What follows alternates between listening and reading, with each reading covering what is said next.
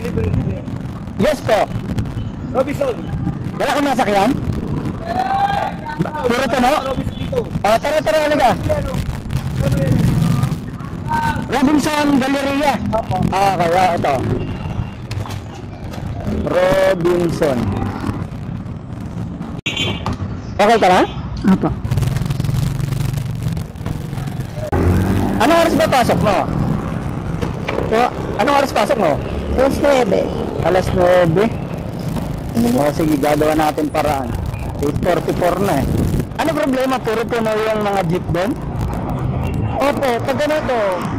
Pag ganitong oras lang. Opo. Nagre-rescue kasi ako dyan ng mga pasahero, yung mga walang masakyan, yung mga late na.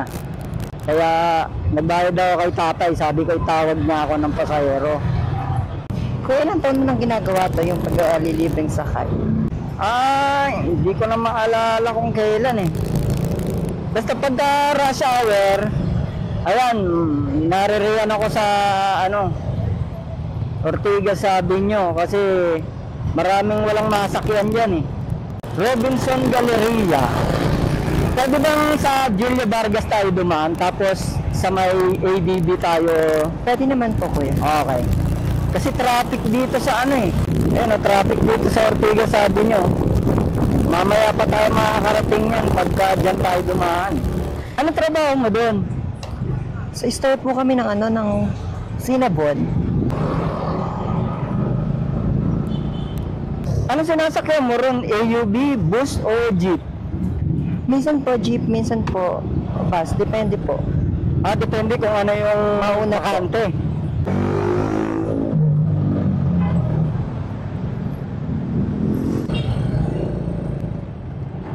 Di ba nagbablog ka daw po? Po? Nagbablog ka daw po? Opo, nagre-rescue po ako ng mga pasahero. Aninin mo, kuya, sa ano? Name ng page, eto. Para mapalo ko na rin, kuya, kasi, pasasalamat. Eto. Picturean ko, kuya. Dito ka ba? Opo, O kuya. doon sa side na EDSA? Yan, kuya. Pero ngayon, kuya, medyo sara. Hindi yan yung pinakaano eh. Then pa magbubukas yan. Pwede, kuya, doon tayo sa MEDSA. Sa EDSA na side? Apo. Sige, ikot tayo. Doon ba ang employees entrance? Opo, kuya. Hindi dyan sa dito na? Apa. Thank you, kuya. Ito yung gamit mo. Ayan Ayan, sa'yo na yan. Thank you. You're welcome po.